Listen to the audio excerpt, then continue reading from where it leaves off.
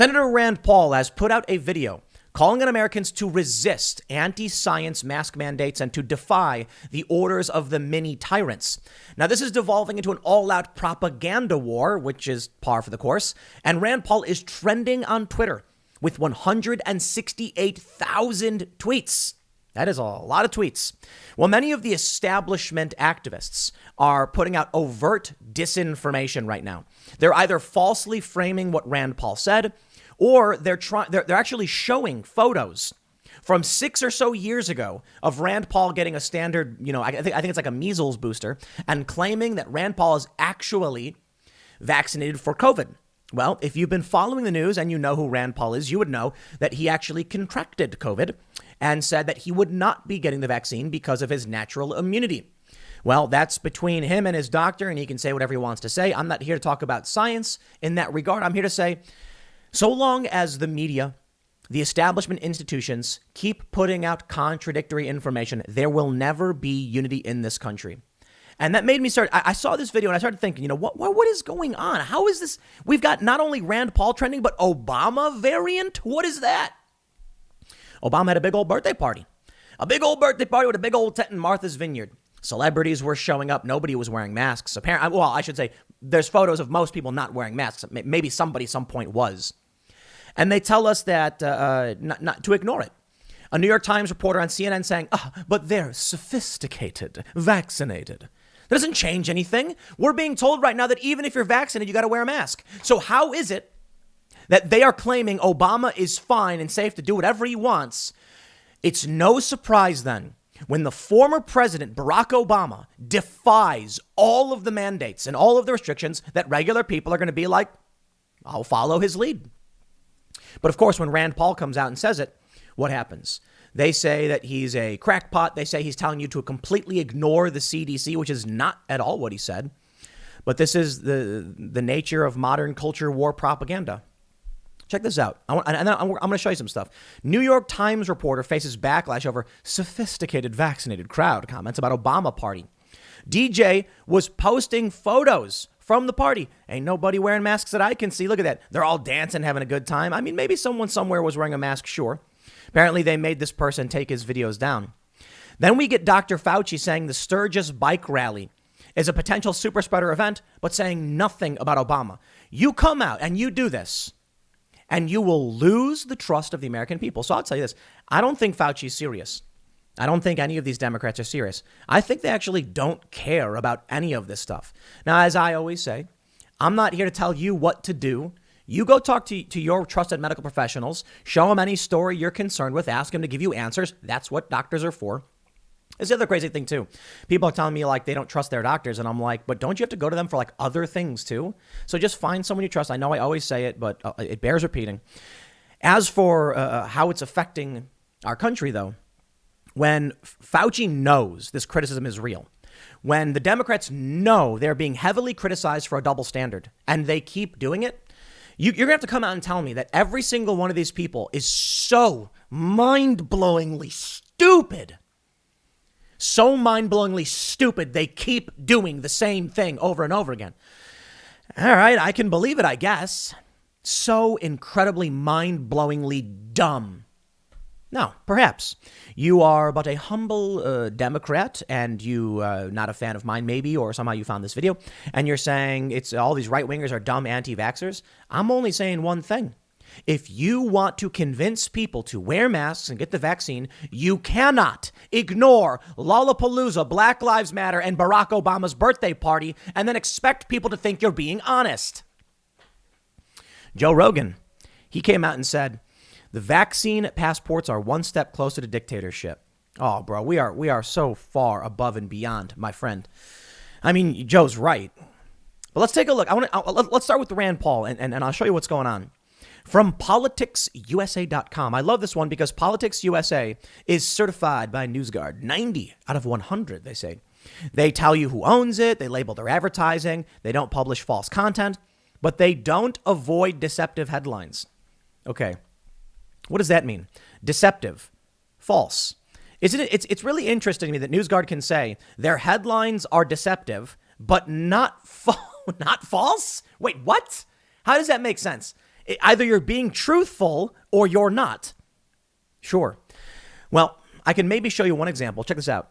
In the article from today, they say, Rand Paul tells Kentucky to ignore the CDC as COVID hospitalizations skyrocket. Okay, I'll give NewsGuard the benefit of the doubt because it's technically the truth, the best kind of the truth.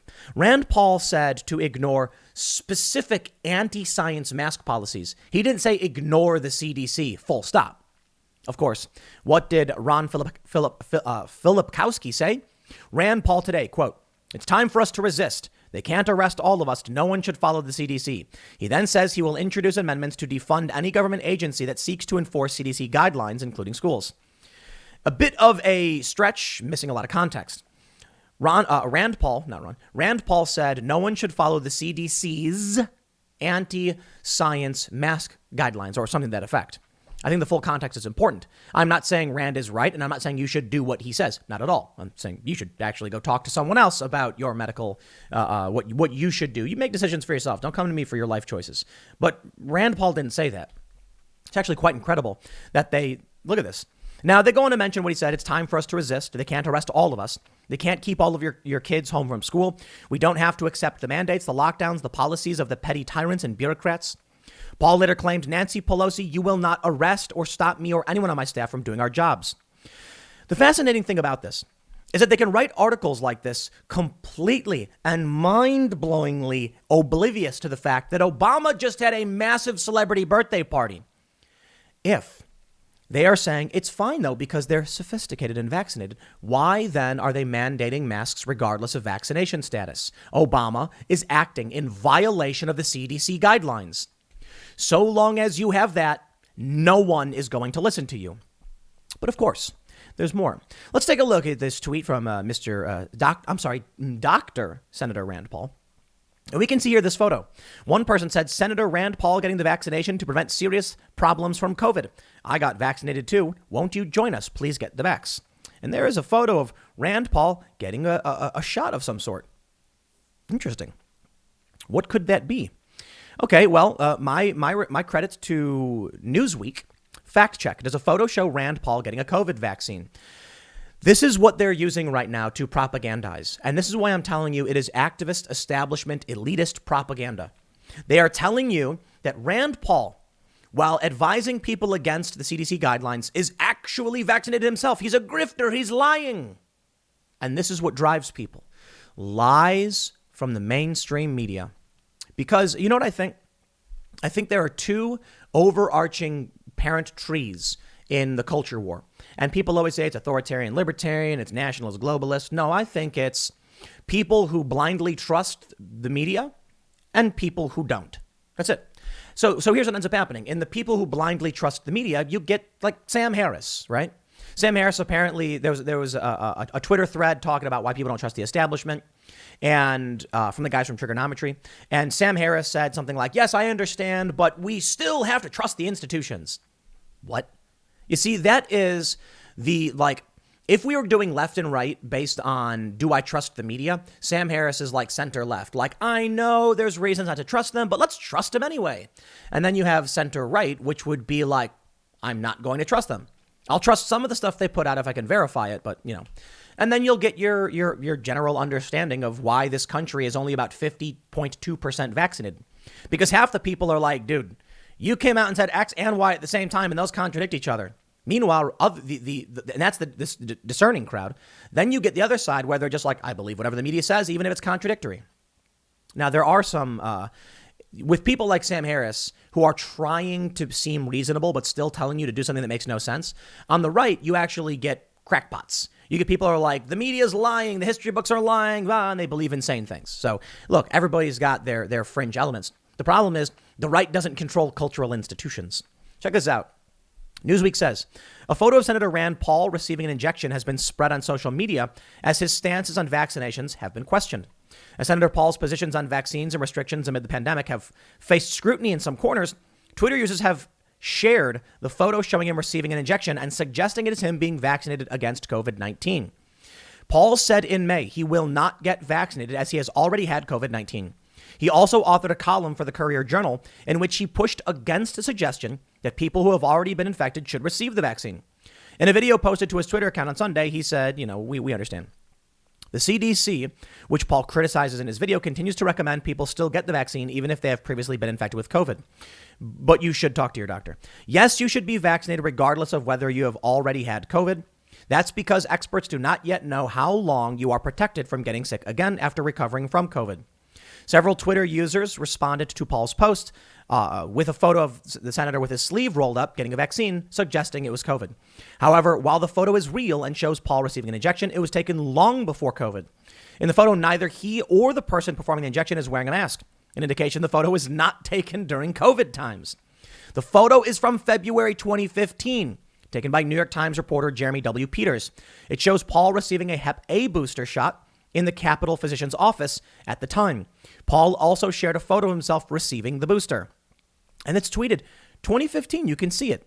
Fact check, false. The photo being circulated is from 2015, long before the pandemic. The photo shows Paul receiving a Hep A booster shot, so we get it. They are lying again and again and again and again and again. I know, and Newsweek has come out and debunked it. That's why I'm saying there are people who blindly trust whatever the media says, even if it's contradictory. And then there are people, well, to be fair, like I mentioned, there's whatever. I don't like saying left or right in this regard because trust and distrust of the media shouldn't be a left or right thing. And there are a lot of people on the left who don't trust the media. So there are people who don't trust the media. I look at this and I'm like, I can see the date. I can confirm what Newsweek said is true. So what Newsweek has done is they've aggregated some data and some evidence. I can look at the evidence and clearly see the tweet with the photo from Jeremy W. Peters says 2015 on it. Thus, it is extremely likely. I should say it's definitive. This photo is from 2015. They can't go back in time and post a different photo. So Newsweek writes it up. I read through it and can clearly see the evidence. Not that Newsweek is the greatest thing ever. Not like they do a fantastic job all the time. But here we can understand this. Now, the funny thing is about politicsusa.com is that when this guy, Ron, says, quote, no one should follow the CDC, claiming it came from Rand Paul, he doesn't include the video, just a photo. Do you see the game they play? The article doesn't actually include the video of Rand Paul. Amazing. However, it does include the full quote. I should clarify. It does include the full quote, not the video. No one should follow the CDC's anti-science mask mandates. He didn't say no one should follow the CDC like this other guy said, but this is the basis for the article. So if you're reading just the headline, if you're seeing just the tweet, you live in a fictitious reality. I'm sorry, you don't understand the truth. And you got to understand, if the truth requires 100 pieces of information and one of those pieces is stripped away, then you are not getting the full truth. And that can shape your perspective incorrectly in the wrong direction. That's true for even channels like mine, because I don't see everything. I don't get everything right.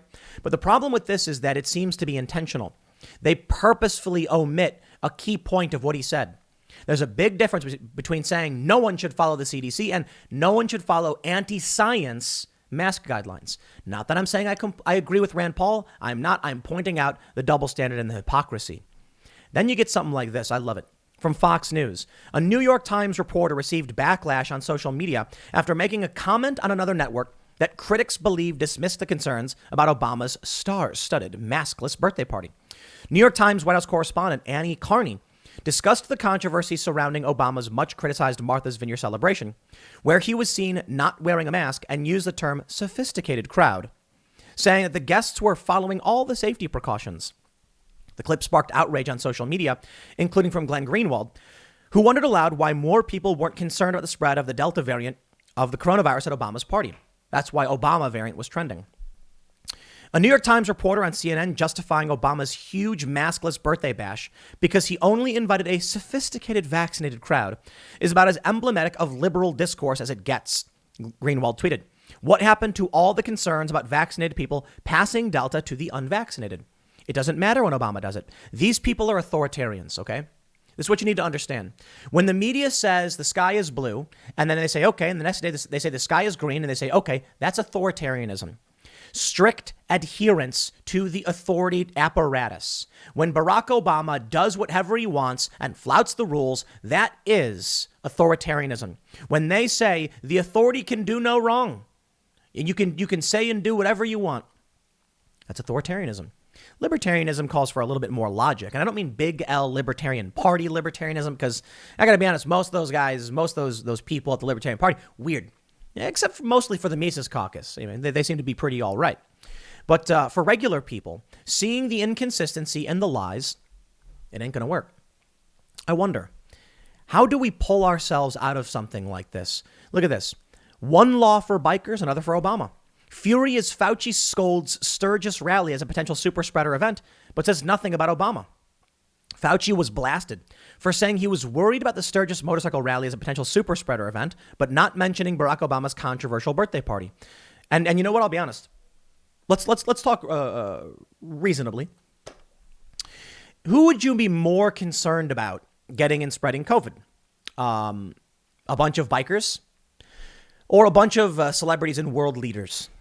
Yeah, maybe the latter, right?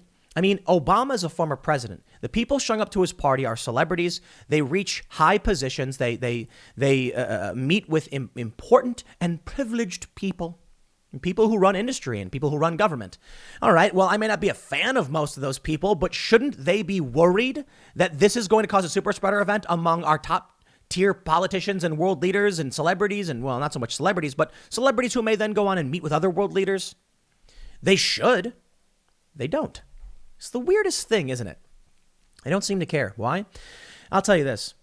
You know, when I look at Obama, I think hope and change. And when I see him not wearing a mask and no one else is, I say, okay, I guess we don't have to. I mean, look, if these people are so important and privileged and noble, why should we should act like them, right? We want to be better men, as they say. We want to be like the noble Obama family. All right, well, then I encourage everybody to just do as Obama does, right?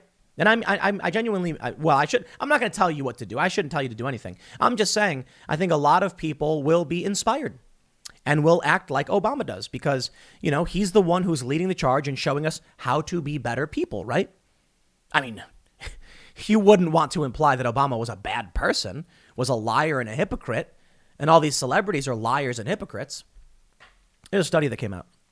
They surveyed people who are vaccine hesitant. And they found that in May, according to education level, those with PhDs were the most likely to be vaccine hesitant. I can't tell you why that is. I don't know. I can say, if you have people who pay attention to the news and are watching and reading, and they see this, I wouldn't be surprised if they become hesitant. Because they're going to be like, if Obama's not doing the rules, I don't know why anybody else would, right? But regular working class people with high school diplomas or high school dropouts were the most likely to become less hesitant, probably because they're not really paying attention to the news and media. I think that's a factor, and they don't see all this stuff. Joe Rogan comes out and says, "You're moving one step closer to dictatorship," blasting vaccine passports on his podcast and warns that politicians who impose mandate are not going to give that power up. Fact. That's a fact. They don't give it up. They say it's a crisis. We need X power. They take it. They always have. They always will. And people who don't pay attention to history, they're the ones who are walking us back into that history. They say that those who forget history are doomed to repeat it. The problem is we didn't. We know history. We read history. The problem is most people don't. And so they walk us right back into these traps, to these problems, to these holes. I'll tell you one thing. One of the most worrying things is this story from July 2nd, just over a month ago. Nurses fired for not getting COVID-19 vaccine explain their rationale. Did we see hospitals as super spreaders? A serious question. Because let's get logical with this. I see a lot of people claiming that this gives them great doubt because why would they be firing nurses during a pandemic? Certainly you'd want as many nurses as possible. My immediate response is, if you've got nurses that are not vaccinated and they are spreading COVID to other people in the hospital, you got a problem, okay? Someone might come in with COVID and there might be someone else with cancer in a different ward, and that nurse could get it from the sick patient and then give it to somebody else. Hospitals are actually really awful transmission vectors for a lot of diseases. So you got to understand, people don't know this, I guess, that older people who might go in for a routine checkup could actually get sick because it makes sense, right? Sick people go to hospital Hospital has a lot of disease and sickness. They got to be very, very careful with this stuff. So it does make sense that now that a vaccine is available, they're like, you got to get it. We don't want you spreading this all over the place. But that brings me to the bigger question of, were hospitals super spreader nexuses or points, right? I'm wondering if last year we saw the hospitals actually as a vector for transmission. If we did not, and the data suggests the nurses don't actually spread this, then I think this is absurd. And these are questions that need to be asked because these are logical and basic questions. Why are nurses being fired?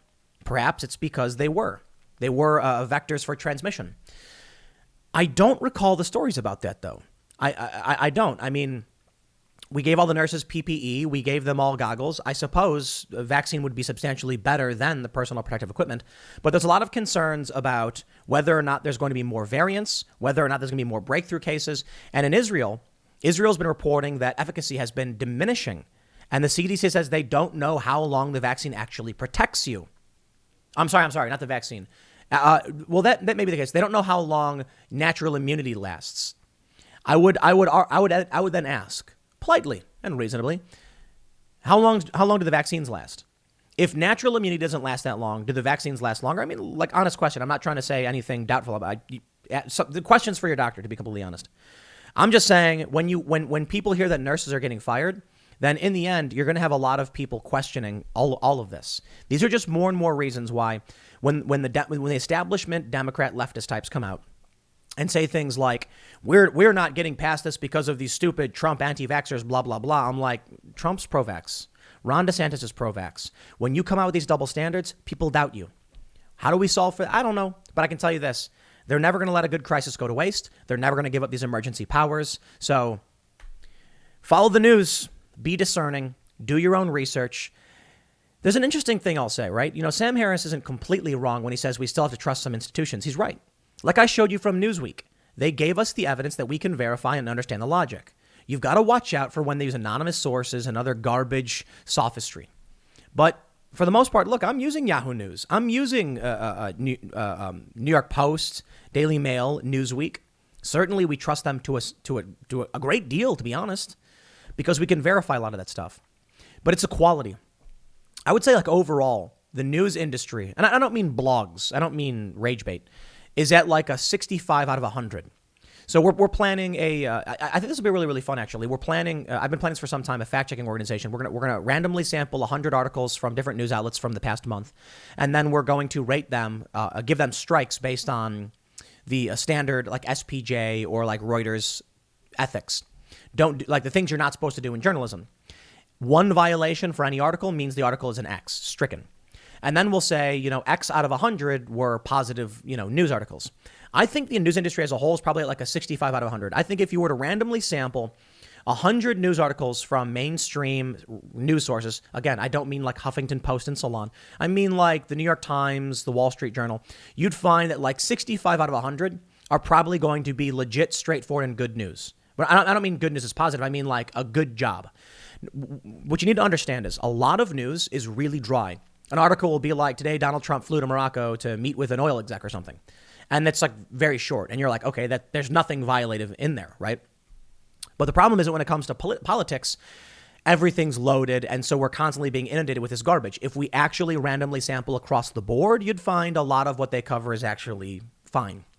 But it's going to be interesting. And so we're going to be putting that out. Hopefully it'll take a long time. I mean, there's only so much work one person can do, and we're growing and doing things as fast as we can, but that's one of the big plans. And then I would like to do a general overview of like of just news in general. Take the top 10 news outlets by traffic, and then do a random sampling of maybe 100 articles per, round it out, and then, or do an average and be like, on average, mainstream news sources are doing X. But I'll leave it there. In the end, it's going to be up to you to actually read the news and fact check. And I know it's not easy, but this is where we're at right now. Next segment's coming up at 1 p.m. on this channel. Thanks for hanging out, and I will see you all then.